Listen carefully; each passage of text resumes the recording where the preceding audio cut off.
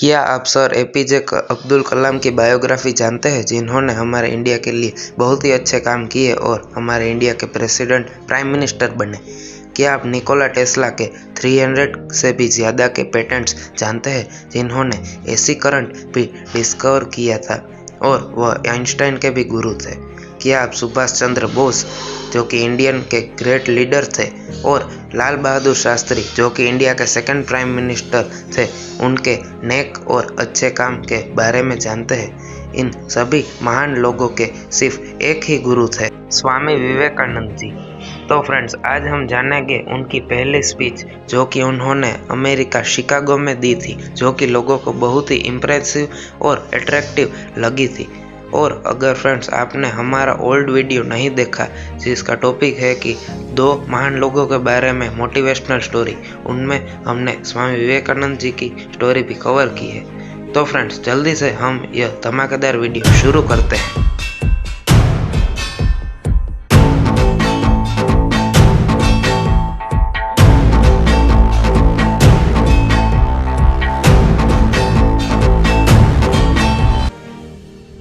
दोस्तों, उन्होंने अपनी पहली स्पीच शिकागो में दी थी। वह डेट थी सितंबर 1893 और फ्रेंड्स, वह इवेंट शिकागो में था और वहां पर सारे रिलीजियंस के लोग एक साथ थे। वह इवेंट क्रिस्टोफर कोलंबस को याद रखने के लिए मनाया जाता था, जिन्होंने अमेरिका की शोध की थी। उस हॉल में करीब 7000 लोग थे, जो कि बहुत बड़ी संख्या है। फ्रेंड्स, वहाँ पर बहुत सारे रिलीजियस लीडर्स आए थे। पूरी दुनिया में से बहुत सारे रिलीजियस लीडर्स आए थे। और फ्रेंड्स, वही उन सारे लीडर्स में से जो रिलीजियस लीडर थे, उसको भेजा जाता था। कोई भी एक रिलीजियस लीडर को भेजा जाता था अपने रिलीजन को आगे बढ़ाने के लिए। स्वामी विवेकानंद जी ने कोई भी अपनी स्पीच तैयार नहीं की थी, क्योंकि उन्हें नहीं लगा था कि वहाँ इसकी कोई भी ज़रूरत पड़ेगी। और फ्रेंड्स, वही हुआ कि उन्होंने अब उसकी टीम से बात की और कहा, समझाया कि प्लीज़ मेरा नंबर आखिर में आए और इससे मैंने स्पीच तैयार नहीं की, इसलिए मुझे थोड़ा टाइम देना चाहिए। और वह टीम मान भी गई। तो दोस्तों, जिसका बेसब्री से इंतज़ार था, उसकी घड़ी आ ही गई। तो दोस्तों, अब स्वामी विवेकानंद जी की बारी आ गई और उनके पहले वर्ड्स थे, brothers and sisters of America. लोगों ने उनकी प्रशंसा की, उनके लिए तालियां भी बजाई। उनको लगने लगा कि कोई तो है जो बहुत ही दिल से बोल रहा है और अपने रिलीजन को आगे बढ़ाता जा रहा है। दोस्तों, उन्होंने कहा कि मुझे गर्व है कि मैं उस धर्म से हूँ, यानी कि हिंदुस्तान से हूँ, जिसने दुनिया को सहिष्णुता और सार्वभौमिक स्वीकृति, यानी कि टॉलरेंस और एक्सेप्टेंस का पाठ पढ़ाया।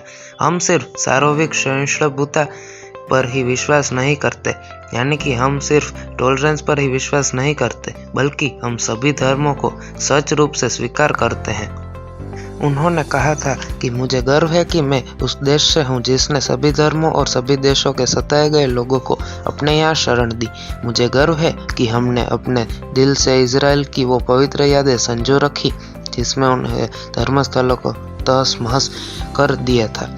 उन्होंने पारसी धर्म के बारे में भी बहुत कुछ बोला है। मुझे गर्व है कि मैं एक ऐसे धर्म से हूँ जिसने पारसी धर्म के लोगों को शरण दी और लगातार अब भी उनकी मदद कर रहा है।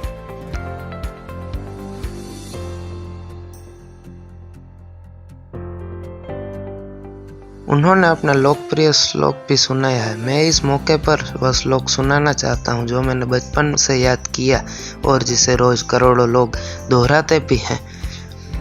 जिस तरह अलग अलग जगह से निकली नदियाँ अलग अलग रास्तों से होकर आखिरकार समुद्र में मिल ही जाती है, ठीक उसी तरह मनुष्य अपनी इच्छा से अलग अलग रास्ते चुनता है। ये सारे रास्ते देखने में भले ही अलग अलग लगते हैं, लेकिन ये सब ईश्वर तक ही जाते हैं।